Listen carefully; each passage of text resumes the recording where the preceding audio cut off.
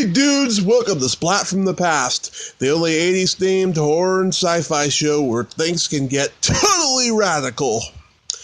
Now today I will be interviewing a woman named Hope Shapiro. She is a sketch and improv comedian, performer, actress, and in 1995 she was in the Jerky Boys movie.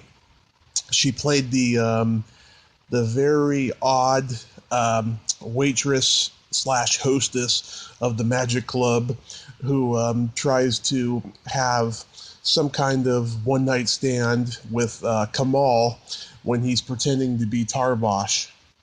I'm having her on the show today to talk about that movie because it is the 25th anniversary of the movie. And she's also been on many, many sitcoms and TV series over the years, such as The King of Queens, Ugly Betty, The Shield. She worked with Clint Eastwood in Changeling, and I'm going to ask her about all that stuff, and I can't wait. It's going to be pretty cool. So, here is my interview with Hope Shapiro. You are very on time. Hey, Hope, welcome to the show. How are you? Hi, I'm great. How are you? I am wonderful. This is such a great honor. Thank you for taking the time today. Well, thank you for having me. Thank you for saying so. Oh, my pleasure. So, going back in time, did you gravitate toward acting and performing early on? Oh, yes. Probably second or third grade. I did a school play, and I was in South Pacific, and I played Leah. Mm-hmm. That I was done. There was nothing else I was ever going to do, or I would have wanted to do. Wow, it was just fate. It was fate. Yeah, I had a friend who talked me into it. She's like, "You'd be really good." I remember very specifically a friend in grade school, Marion Strang. He's like, "Oh, you should do this school play." I'm like, "Oh, sure." And so I auditioned and I got in. And my first moment on stage and looking out, I was like, "This is what I want to do." Yeah. So from there, did you do a lot of school plays and community theater and all that? We didn't have a whole lot of community theater. I grew up in Philadelphia, in the greater Northeast, and we didn't have much access to the community stuff. And my parents weren't huge. I should say my mom wasn't hugely supportive about it because she thought I would never make any money and wanted me to be a doctor or a lawyer or something that would make money. So they were supportive, but so I did it in school, and I just kept doing it straight through high school. And then I went to college and studied theater in college. So I just sort of did it surreptitiously, if that makes any sense. Yeah, it does make sense. Wow. You would think a parent today would be worried about somebody not making that much money in entertainment. But back then, I mean, you made a lot more back then. Well, yeah, my dad was always very supportive because he liked anything involving arts. He always had this fantasy that I would go on cruise lines, but he did not realize that I couldn't sing or dance. So that was never going to happen. But the theater stuff, my mom just didn't. She had a fantasy that we grew up a little bit poor, so she wanted somebody who would rise above, which would mean studying in college or become a lawyer or a doctor, and that wasn't going to be an actor. Uh-huh. So, yep. She knew back then. My mom was way ahead that she knew I'd be poor for the rest of my life. Well, mother knows best. Right? Yeah. So you're originally from Philly, the city of brotherly love. I am. Mm-hmm. You a fan of George Romero's zombie movies? I am petrified of all things scary. Really? I haven't been able. My husband goes to all of them without me. I'm petrified. Anything even the slightest bit scary. So, I think maybe I've seen, clips, but no. Yeah, I love his movies. I've interviewed many from his movies and stuff. Oh, you have? Oh, that's fun. Yeah. I mean, his zombie movies, as scary as they are, they could also be very funny and comedic at the same time too. Yes, yeah, I got that. I liked Zombieland. Oh yeah, Zombieland is hilarious. Yeah. Yeah, so those and all the Hot Fuzz guys, those guys, all the stuff that they do. So I can do it when there's a lot of comedy in it, but it can't be like really shocking to me. Mm-hmm. Yeah, the key word is subjective. Yes, exactly. So, according to my research, you studied theater at Temple University. Is that where you discovered doing sketch and improv comedy? No, actually. Back then, I thought I was going to be a very serious actress. Mm-hmm. And I thought it was going to be, I was going to be very dramatic as the next Meryl Streep, Glenn Close. And probably my last year in college, I started discovering comedy because, mistakenly, we had some kind of assignment where we had to do a monologue that was comedic. So I did a huge presentation in it was like this offshoot auditorium, and it was a teacher, and I just burst in and screamed, and closed the door and left, and then came back in a second later. By the time I came back in, everyone thought it was so funny. Yeah. All my friends, all the teachers were just hysterical laughing, and that's where I got that. Oh my God, this is way more awesome than making somebody cry, or there's something to be said for all that stuff too. That something to be said for making people feel things, but making people laugh. That's where I got my first taste of it.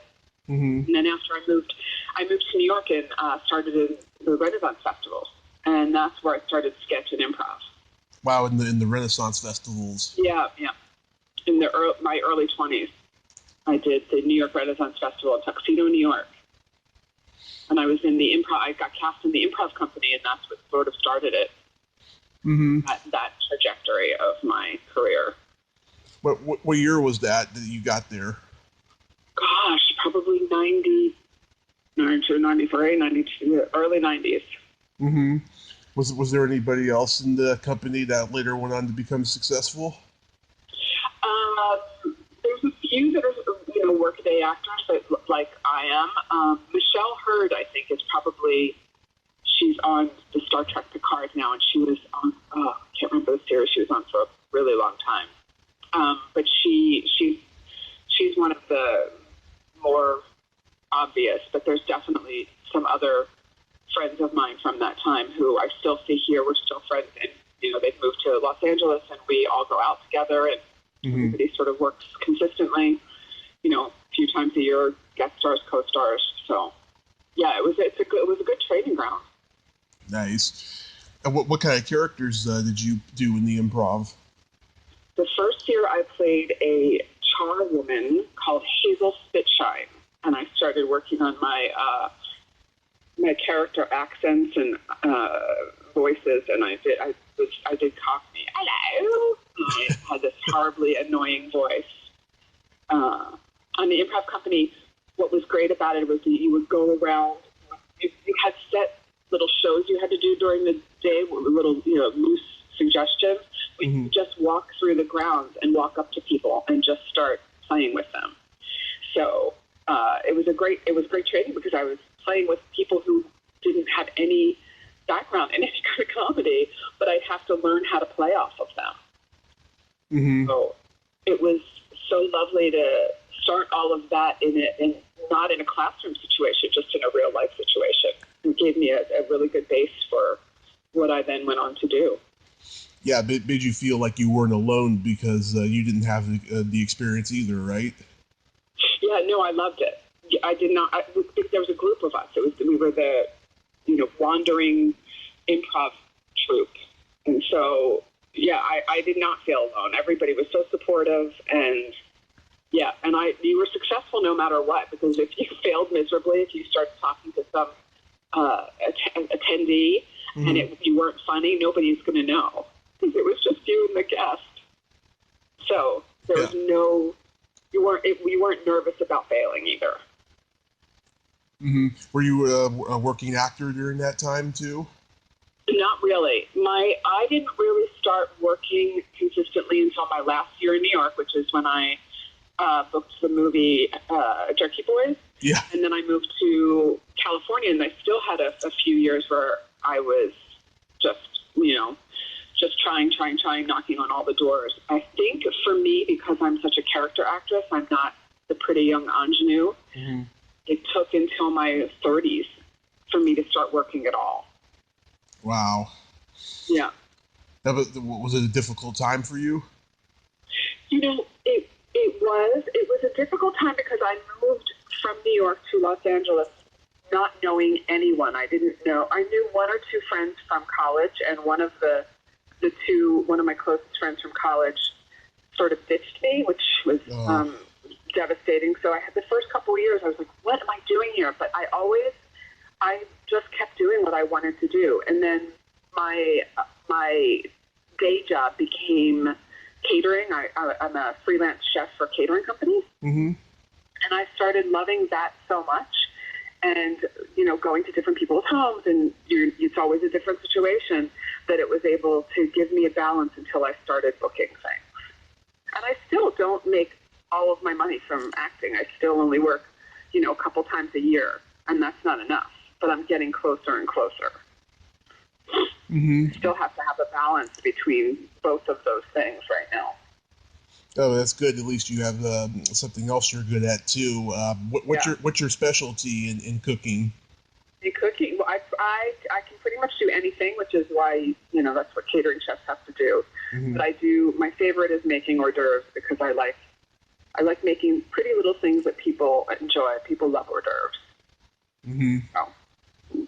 Nice. So how does the Jerky Boys come into your life? I auditioned. They were looking for somebody who looked Middle Eastern. Mm-hmm. Sometimes I'm very, again, characterized, and my ethnicity, nobody's ever been able to really figure out. I get called in for Greek or Latina or Middle Eastern. And so they were looking for somebody Middle Eastern, and I didn't realize at the time that within I don't know if Backstage West still exists in New York, but at that time, every Wednesday you would go and get the Backstage West, and you would look at all of the things that you could submit yourself for. And I think back then it was sending in a headshot and resume. So I had done that, and I got a phone call, and I went into the first audition. And I remember so specifically I had done some weird accent. I don't have any kind of Farsi Middle Eastern accent, but I had gotten a tape at the library, because that's what you did back then. You could just go to the internet, and worked on some kind of facsimile of this accent. And I started it, and I had been studying improv and sketch with Michael Shirtless, who is an old casting director, mm-hmm. who cast The Graduate and has since passed. And he was the one who always was like, whatever choice you make, go fully for it. So it was right around that time. So I went in, and I was like, I made a choice, and I was sort of over the top. And I remember that the casting director, the assistant casting director who was reading with me, started laughing so hard she couldn't give me the next lines. And I wasn't used to this. I was like, maybe this isn't a real audition. I didn't know. And then I started improving and going off and just like, what's wrong with you? Are you going to fall on the ground? Why can't you give me the next line? So I started doing it in the accent. And that was sort of it. And a couple of days later, I had my friend Robin, who I also knew from the Renaissance Festival, coincidentally, mm-hmm. who was working as an assistant in a casting office, in a agent's office at the time. And I said, I had this audition. I don't even know if it was real, because the casting director couldn't even read back to me. She goes, oh my God, Hope, this has been going across my desk for weeks. They can't find this role. This is a real audition you had. And I was like, oh my God, well, I'm glad I didn't know that then. I would have been more nervous.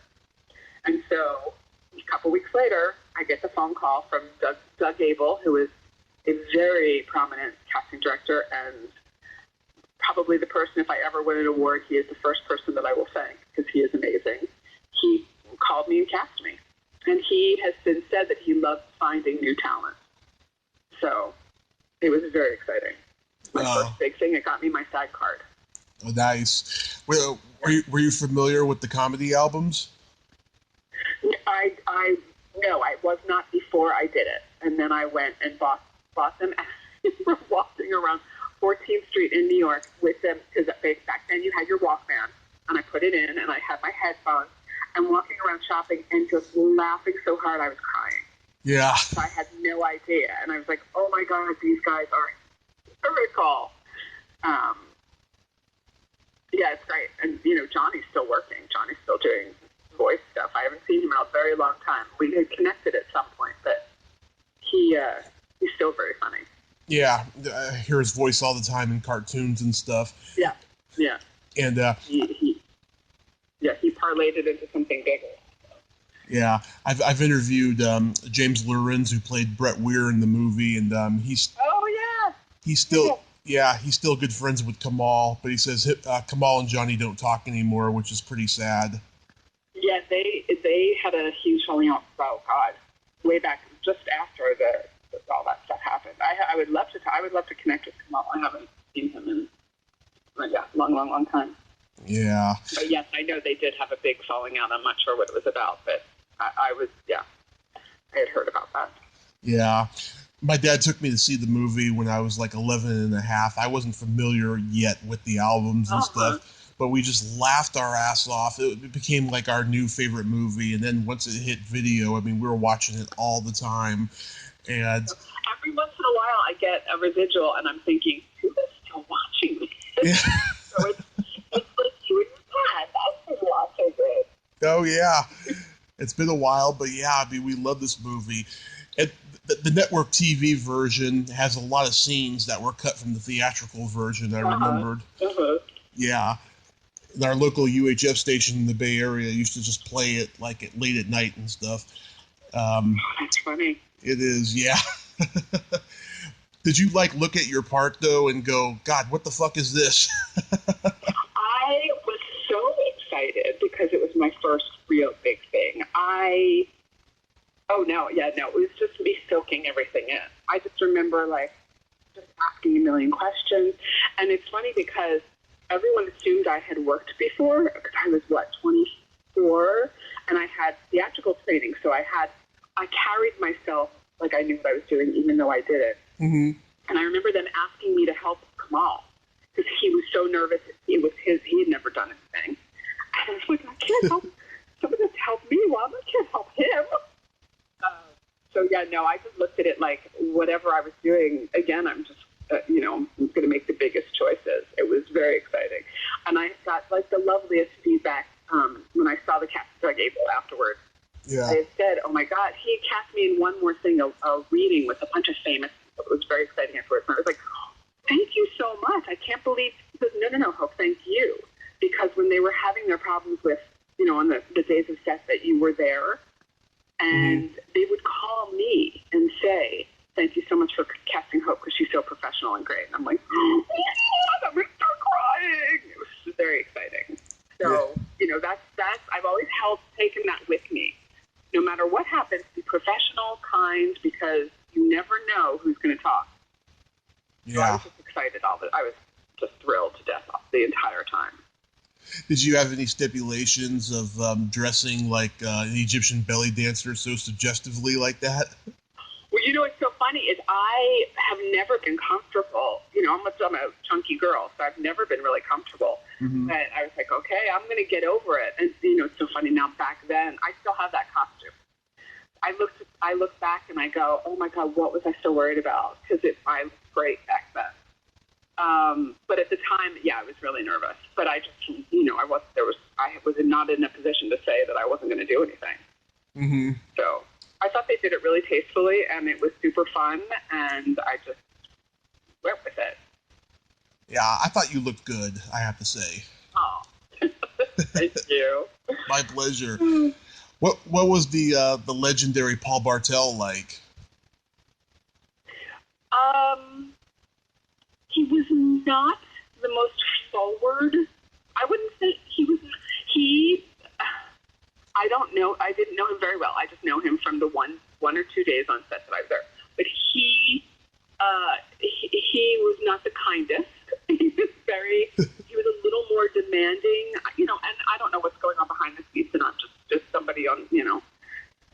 he doesn't know who I am either, but he was the nicest to me, I will say. Oh, that's unfortunate. No, he wasn't overly mean, but it's like, he had a little bit more of a name, so he was maybe a little more demanding. Mm-hmm. And for me, that was, daunting. Wow. Yeah, I've heard nothing but good things about him, and I wish I could have interviewed him. I was thinking the other day, somebody should make a documentary about him because he was such a unique individual in cult film. Yeah, and that's the thing is I don't want to speak ill because who knows what was going on, and I didn't have that much to do with him, but he might have just seen me as a glorified extra that he didn't need to speak to. Or maybe he has something, maybe his underwear was too tight. Who knows? Yeah. You never know what's going on in somebody else's world. Yeah. And apparently your character was underage because the cops are reading Kamal and Johnny their rights. Mm-hmm. And he's like, oh, by the way, that snake charmer of yours was underage. No, yes. When I remember watching, I was like, that kid. I was thrilled that they mentioned to me one more time. Yeah. It was a classic. Was it tough to get other roles after that, and that's when you started doing cooking and all that? Well, yeah, it was. What's interesting, and again, Doug Abel, the casting director, who was amazing, helped me by. I couldn't even get an agent. I had self-submitted, so I couldn't get an agent. Mm-hmm. And I had just done this huge movie, and he started calling agents for me and getting me meetings, which was amazing and, over the top lovely. And I went into a couple places and they were very dismissive. And I don't know if they hadn't seen the movie or if they were just seeing me because of Doug Abel's name. They were like, oh yeah, let us know when you do something else. And I was like, no, but I just did this and it was really huge. And so that became super frustrating. So that was it. I was like, I'm moving to LA. I'm moving to where the movies actually happen there. That's what spurred me to move to LA. And I left my absolute best friend in the world, who I had gone to college with, and we had moved to New York together, and that's when I moved here. What year was that? 95. So it was right after the movie came out. Right after, yeah. Probably it came out in the winter, and I moved by September of that year. So 6-8 months later. Wow. I see you started, by the early 2000s, you started doing a lot of TV sitcoms. I see you did an episode of The King of Queens. Uh-huh. How was that experience? Great. Jerry Stiller is very funny. Was very funny. Yeah, he's a genius. He was he had this whole thing. He didn't like doing anything live. Mm-hmm. So all of our stuff had to be pre-taped. Which I was only on set for the week, and I'm like, but I need to love studio audience. He had a whole thing. He would not do anything pre-taped, anything live. Mm-hmm. So they invited me to come to the live show, but all my stuff had been pre-taped. Wow. He was lovely. Everyone on that set was great. It was very nice. Wow, that makes sense. Yeah, because Seinfeld had a lot of pre-taped stuff too, so that makes sense. Yeah. A friend of mine was a stand-in on King of Queens, Peggy Lane O'Rourke. I don't know her. I don't think I do. Oh, she's an amazing person. I just adore her. Yeah, she was on there quite a while. Dave Foley was in that episode too. Did you get to interact with him? I did. He was very funny. We didn't have a scene together, but we were in the makeup chair next to each other. It was very sweet. Nice. Yeah. You did an episode of Ugly Betty where you played a bald woman on TV. I did. I was bald. In that. This is actually an interesting story, and this will let your listeners know that things are never what you think they are. I was a bald woman being interviewed because the sister had done something, and all my hair had fallen out right before my wedding. Mm-hmm. So I'm like, oh my hair fell out right before my wedding, and they're watching it on TV. my interview. And so I'm getting interviewed. I'm on I believe it might have been Universal. I can't remember where the outdoor set was. But I'm doing it, and I'm looking, and I'm doing my stuff, and the director keeps giving me direction. And in the back, there's producers, and I see them like huddling together, like, and they're pointing, and they're looking at me, and then they want me to do it a different way. They're doing, and I'm like, oh no, this is hard. I'm not good at all. I'm failing miserably at this. Oh my gosh, they must hate me. So I finished the whole thing, got wrapped. It aired. Everybody's like, oh my God, we saw you. Nobody ever came back to me and said they hate me. But in the back of my head, I'm always thinking, oh, that ugly Betty, where it must have been really horrible. They all hated me. Mm-hmm. A year or two later, I was doing an Improv show, and a friend of mine brought friends of hers to the space. They were sitting around afterwards having some drinks, and one girl goes, wait a second. Did you do an episode of Ugly Betty? I was a producer on that show. And I go, oh my God, you guys hated me. And they were like, what are you talking about? And I said, I remember so specifically, you're back, you're pointing at me. And they said, oh my God, Hope, no, you were amazing. We were looking at your ball cap in the sun and wearing it wouldn't look right. So this entire time, for years, I thought I was horrible. And so I had a little sticker on my computer for a long time after that, reminding myself, sometimes it's just your ball cap. Mm-hmm. Sometimes you don't know. When you're an actor and you think everybody hates you, you never know. And that's such a good lesson for us as actors, because however many times, you live in a sort of an abyss. You go and audition for these things and you never hear. So you don't know if you were good, bad, ugly, whatever. And so sometimes you didn't get that role. You're leaving, you're thinking, oh, I nailed that. And you never hear. Sometimes it's just your ball cap. Mm-hmm. Yeah. That's my Ugly Betty, my little footnote. Because that's helped me over the years to just get through. Nice. Yeah. A lot of people, they always, especially actors, they're very insecure, and they think that everyone, mm-hmm. Doesn't like them, and then it turns out to not be the case, I get that interviewing on the podcast. I feel like someone didn't like me, and then I find out that they really did like me. Yeah, exactly. It's the same. I think it's that way in life, too. Even in business. Yeah. Somebody doesn't want to work with you, whatever. It could be anything. Yeah. Sometimes it's because you look like, an ex-wife of the director, and they don't want you on set. It doesn't. Sometimes they want to go more ethnic or less ethnic or whatever. You never know, and sometimes you just have to motor your way through. Mm-hmm.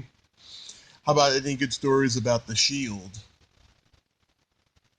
I was just confused because when you're just a workaday actor, mm-hmm. and you're just doing a co-star or a one-day guest star, I'm confused when they speak to me. They were so nice. Everybody in my scene, and of course I can't remember anybody's names right now, we would be standing ready to walk in for my one or two scenes, and they would be like, oh, where are you from? Where'd you go to school at? And I'm like, what? And they're going, what? Why are you guys talking to me? So sometimes people are just normal and kind, but you just get confused. But yes, that was I don't have very many bad things to say about any sets I've been on.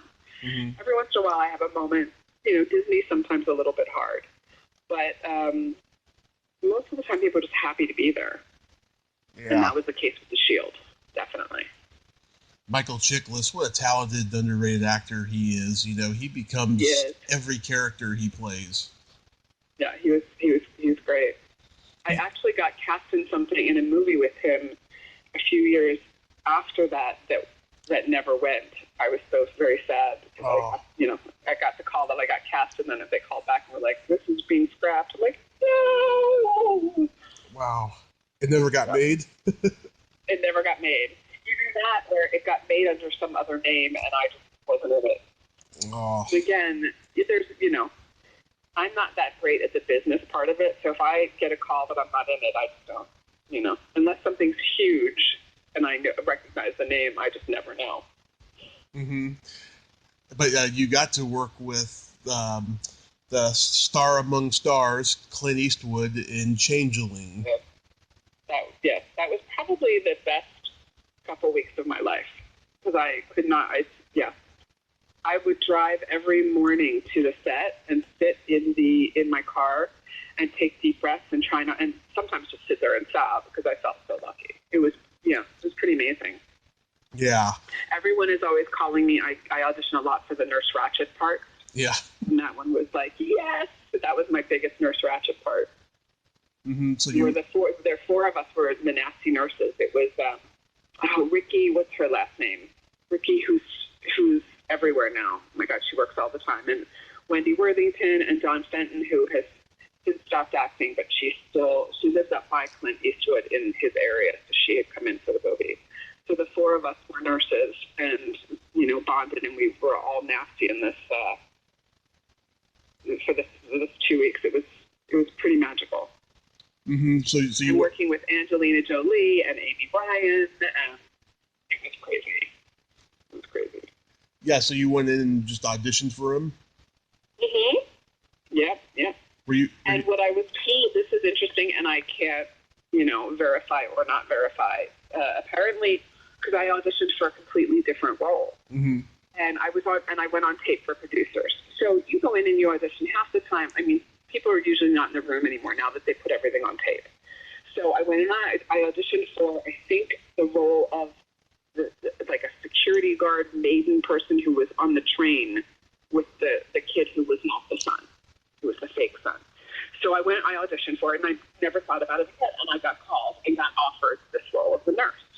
And so I was talking to one of the PAs at one point. I said, it's so crazy. I didn't even audition for this role. It was, what Clint does. And again, this is, I'm not sure if this is true, but this is what I was told. Mm-hmm. Everyone that he likes, that he's watched the tapes of, he has all their headshots, and he lays them all out. And he's got all of the people that he needs to, all of the names of the characters. And he starts looking and looks at the tapes and just starts plugging them in. Because if you did a good audition, he thinks you're a good actor. Yeah. You don't have to necessarily do that part, which is amazing. And, most directors and producers don't do that. So she's like, he just plugged you into that part because he knew you could do it. I'm like, oh my God, that's the best story ever. Yeah. So that's how I got that role. I didn't even audition for that role. Wow. The role that I got was much bigger than the one day I would have got for the one I did audition for. Yeah, I heard he shoots very fast and he finishes ahead of schedule. Yeah, it's crazy. It's very fast. Because you'll do it and you'll be like, but can I just do, no, can I one more time? Okay, I guess we're done. Yeah. Because as an actor, you've got to know if you'd like to do it, or if something happens and it doesn't happen the way you want it to, you're like, most of the time you're doing however many takes. It could be, 3, 4, 5, 10 takes. So you do it and you go, oh, good. Next time I'm going to do this because I just thought of that. And they're like, okay, moving on. Check the gate. And you do it. Let's do it. Oh, okay. All right. I'm not going to argue with Clint Eastwood. Yeah. That's so cool. How about No Ordinary Hero, the Superdeaf Movie? Oh, that was fantastic. A very good friend of mine, Hillary, mm-hmm. Is very involved in the deaf community. And so she's the one that helped spearhead this movie and referred me. And actually, a bunch of my husband also auditioned for that, and a couple friends. And so I was very lucky to get that role. And it was, it was lovely. So it was interesting being on that set because most, the main character was deaf. Mm-hmm. So there was a lot of stuff that, there were a lot of concessions and, it was just interesting being there. And it was great. It was a low budget, so mm-hmm. one of those that you're just doing from the heart. And so I was very appreciative to be on that set. Yeah, I haven't seen it yet, but I should because not only I'm a big superhero nerd, I also advocate for the disabled because I am disabled myself. Oh, you should. You should see it. Yeah, it's great. It's it's great. It's been a while since I've seen it, so I need a reminder what it is too. Nice. I actually am in a movie right now that I just saw this morning. It's very exciting. It got a release. It's the opening tonight in Los Angeles, and it's on iTunes. I'm sorry, not iTunes. Yeah. Apple TV. Apple TV. Yes, and it's trending. You can pre-order it. It's very exciting. It's called Ragdoll.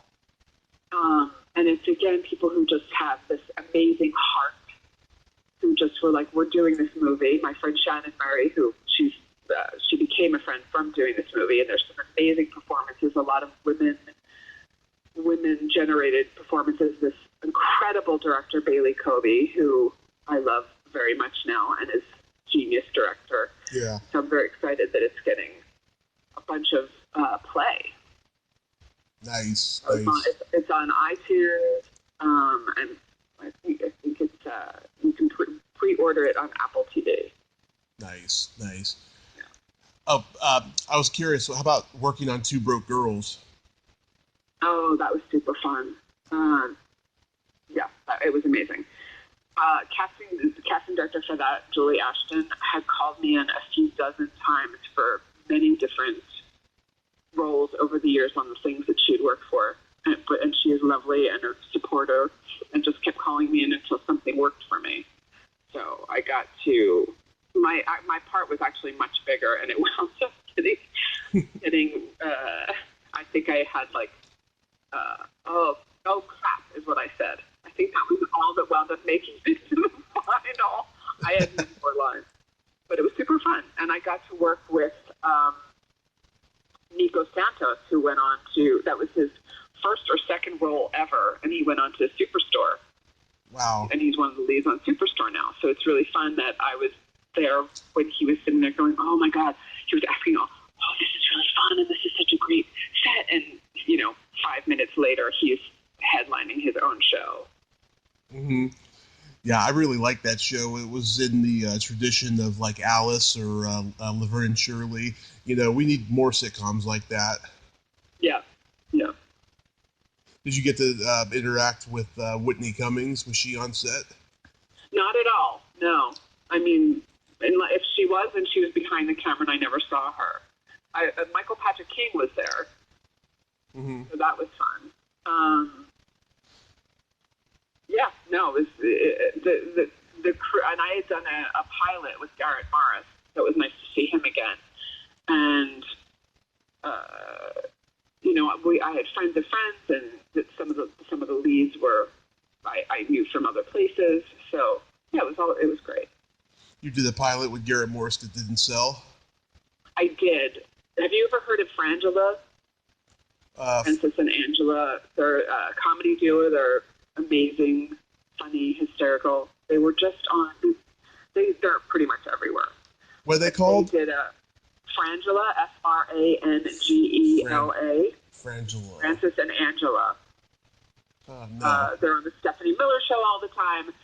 They've had, I think they might have had one or two pilots, but I did a pilot with them and Mo Collins and Keegan-Michael Key and Dot Jones, pretty much everyone who works now and and me. And so, yeah, so it was one of these amazing experiences and working with all these powerhouses. So Francis and Angela are consistently still working, and they have their own stuff going. And then, of course, Mo is on, I think, Fear the Walking Dead, and Dot Jones. Dot Jones was actually in Ragdoll with me, this movie that I was just talking about. Yeah. We wound up on set going, oh, my God. Hope, oh, my God, Dot, oh, my God. So. Yeah, I was in a pilot that didn't sell. Back in 2012, they came to my local bowling alley in the Bay Area to shoot this pilot. I don't know what it was called, what network it was on. All I know is that they wanted me to sing the Meatloaf song, "I'd Do Anything for You, but I Won't Do That," in the background. And I could just imagine I was probably just, if anyone saw it, they were probably just laughing hysterically because of the way I was singing it, and I was drunk too. Oh, well, that's funny. Yeah. So, aside from the Ragdoll that you mentioned, is there anything else you're working on? I just did a role on AP Bio this week, playing Caleb, who is one of the, I guess he's recurring, but in all effect, for all intents and purposes, he's a series regular. He's one of the kids on AP Bio, so I played his mom. It was super fun, and a night shoot, which I had never done before, underneath the clock tower from Back to the Future. So that was pretty amazing. Wow. And I was just, and I was on Stumptown a couple months ago, and just still at it and auditioning anytime I can. Anytime somebody calls me, I'll show up. Oh, cool. That's so cool about the Back to the Future. Yeah, it's my favorite movie of all time. Oh, is it? Yeah, it's really fun. It's the second time I've done anything below the clock tower. You just look up and go, God, this is crazy. It's so iconic. Used for so many things, though.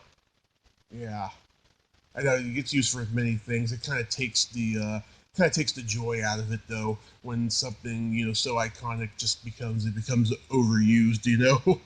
Yeah, and you're watching something else, and you're like, wait a second, that looks like the clock tower, the quad area. No. Yeah. So, did you listen to that whole interview that I sent you? I listened to part of it. A part of it. Probably the first 10 or 15 minutes. Oh, okay. Because near the end of every interview, I play this game with my guests, and it's kind of a anti-James Lipton questionnaire on Inside the Actors Studio. It's slumber party questions. And how this works is, I ask you the question, you answer it, and then you ask me the same question, and I answer it. Okay. And it's a lot of fun. Okay. Hope, are you ticklish? Not at all. Are you ticklish? I am baby ticklish. I get a knee-jerk reaction when I get tickled. Yeah. What is your favorite part of the body?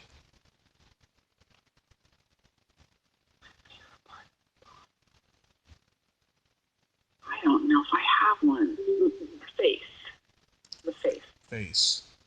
Yes, because I think maybe the face and the eyes, because you can really read a person from their facial expressions in their eyes.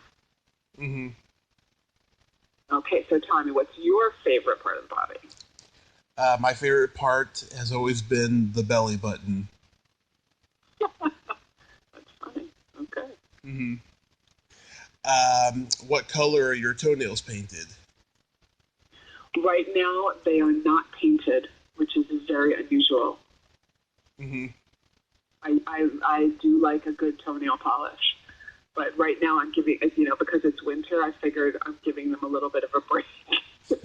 Yeah. I'm going to wait until the open-toe shoes come back in play, and then I will be right there getting my toes polished. How about you? Do you have your toes polished?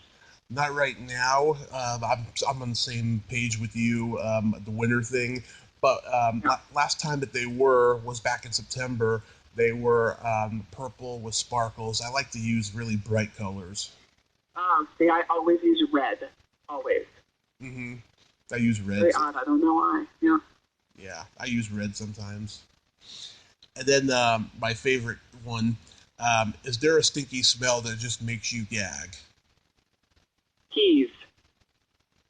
Peas cooking. I can't stand peas. That's an interesting one. I've never heard that one before. I don't know what does it. It's maybe like the combination like pea soup with the ham. Yeah. I'm not sure. Maybe something happened to me when I was younger. It just makes me. Yeah, I don't like it. And then for me, yes. Either farts or feet. Oh, well, that would make sense.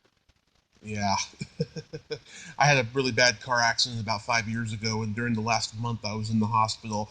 I was very grumpy. They didn't want to go near me, so they didn't change my socks, so I had really bad athlete's foot for about 6 months. Oh, my gosh.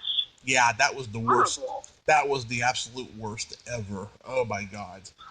I'm sorry. Yeah. That's okay. I mean, I lived through that accident. I was in a coma for 30 days, and I woke up on my mother's birthday, which is today, by the way.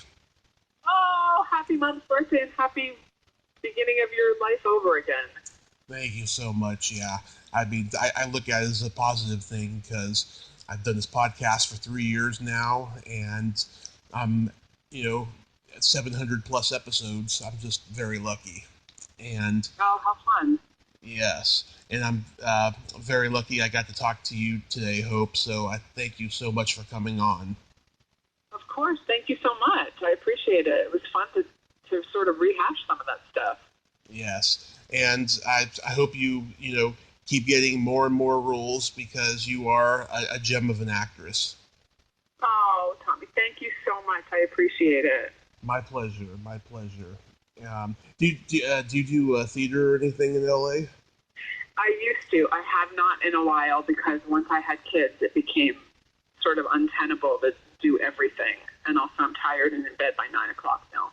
Oh. But yes, so eventually I'll get back to my theater roots.